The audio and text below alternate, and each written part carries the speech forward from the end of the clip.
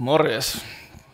Mun nimi on tosiaan Tommi ja teologiaa opetan ja uskova mies tässä ollaan. Mun aiheena tosiaan mikä identiteetti ja mä tuun peilaamaan tätä mun storini kautta. Eli mä kerron vähän mun storin alusta ja sitten miten mun story tulee muuttumaan ja sitten mikä se nykytilassa sitten on. Ja mä koko ajan peilaan tässä hiukan mun suhdetta työhön, koska se on ollut mulle sellainen aika tärkeä pointti. Ekaksikin mun storini alusta. Ennen kuin mä lähdin teologiaan millään tavalla mukaan, niin tennis oli tosi tärkeä osa mun elämää.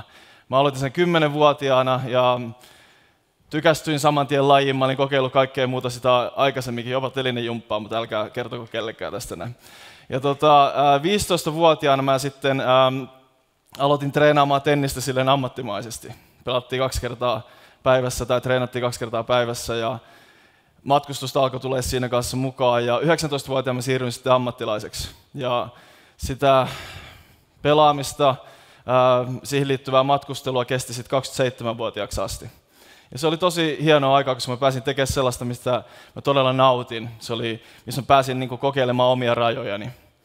Mutta mä huomasin tona aikana, että tennis tuli sellainen oikeasti niin kuin mun elämän tärkeimmäksi jutuksi. Se määritti mun identiteettiä niin kuin hyvin pitkälle. Jos joku olisi kysynyt multa, että kuka sä Tommi oot, niin mä olisin varmaan sanonut Tommi se ja se ikä, mä oon tennispelaaja.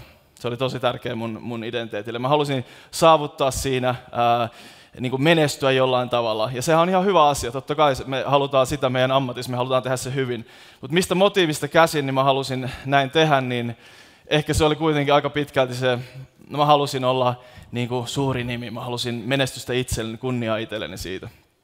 Ja sitä kesti sitten oikeastaan siihen asti, kun mun elämä sitten muuttui 27-vuotiaana. Mun story otti vähän erilaisen suunnan. Sitten mä lopetin tenniksen 27-vuotiaana ammattitasolla ja sitten mä ajattelin, että mitäs seuraavaksi? Nyt lähdetään opiskelemaan sitten.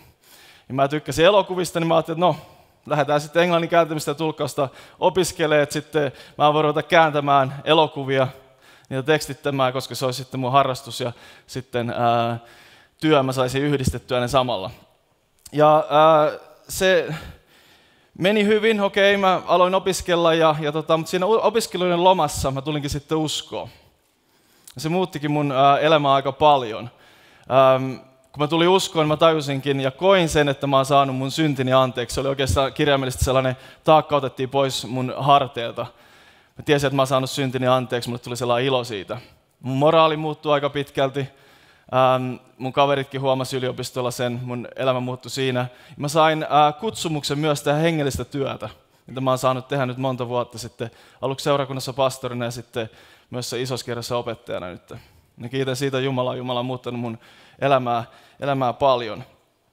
Mutta tämä ei ole sellainen nyt siirapitarina, että mä tulin uskoon, kaikki muuttu.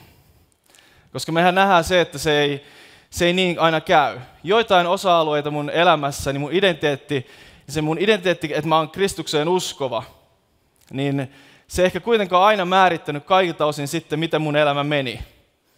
Esimerkiksi työn suhteen, niin mulla pysyy edelleen se ehkä tenniksestä tuttu juttu mulla niin kuin ensimmäisenä vuosina seurakuntatyössäkin, että mä haluan olla parempi kuin toi toinen.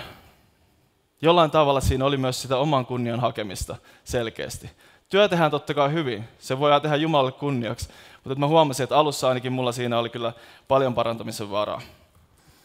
Sitten storini nykytilaa, jos tullaan. Viime vuodet sitten, kun olen teologiaa opiskellut ja sitten opettanut kanssa, niin mun käsitys, mä oon huomannut, että Jumala on muuttanut mun käsitystä työstä. Se on mun mielestä tullut ainakin hiukan lähemmäksi sitä sellaista raamatullista opetusta siitä, mitä sen pitäisi meidän identiteetin mukaan sitten olla, kun me ollaan Kristuksessa. Ei kunniaa itselle siitä, vaan me saataisiin olla palvelemassa toisia. Joku epäonnistuminen, mitä mä pelkäsin tenniksessä, koska se oli uhka mun identiteetille, menestyykö mä tässä näin, niin epäonnistuminen nyt sitten, niin se ei olekaan enää niin suuri juttu. Vaikka mä epäonnistuisin kaikessa asioissa mun elämässä tästä eteenpäin, ihan kaikki asiat, väärää ruokaa ostasin kaikki joka päivä, ihan kaikki asiat menis pieleen, niin mulla olisi silti se pohja, että mä oon Kristuksessa, mä oon uskova häneen, ja kun mä pysyn uskossa loppuun asti, niin mä oon menossa sinne taivasta tai uutta taivasta ja uutta maata kohti, missä me saa olla Jumalan kanssa ikuisesti. Se tärkein identiteetin osa, jos se on tärkein meille, niin se tekeekin sitten meidät rohkeammaksi elämään sitä meidän uskoa todeksi, se meidän uskovan identiteetin kautta. Eli rohkeus elää. Eli kun me tullaan uskoon, niin se meidän identiteetti Kristuksessa, niin se muuttaa monia asioita, mutta se ei ole automaatio, eikä se ole sellainen, että kaikki asiat, yksityiskohdat, meidän asenteet ja muuttus suoraan näin. Se voi olla prosessi monessa asiassa, niin kuin mulla on ollut työn suhteen ja pitää myöntää, että aika monen muunkin asian suhteen, niin prosessit on edelleen käynnissä, niin kuin mun opiskelijat varmaan isossa kirjassa on huomannut monta kertaa. Eli mä haluaisin heittää sellaisen kysymyksen sulle ja itselleni kanssa, että millä osa-alueilla meidän elämässä tällä hetkellä, niin missä Jumala on päässyt muuttamaan meitä sen kristityn identiteetin mukaiseksi? Esimerkiksi, ja missä ei? Onko raha esimerkiksi joku sellainen asia? Onko se asia, jolla me voidaan auttaa vähäosaisia, olla siunaamassa toisia? Vai onko se sellainen asia, joka mä haluan lisää itselleni muista 5? Onko se meidän usko päässyt vaikuttamaan meidän suhtautumiseen rahaan? Entä ihmissuhteet? Onko ihmissuhteet sellaisia, missä mä pääsen palvelemaan toisia, nauttimaan toista ihmistä, vai haluanko mä käyttää heitä omia tarpeitani varten vaan? Entä työ?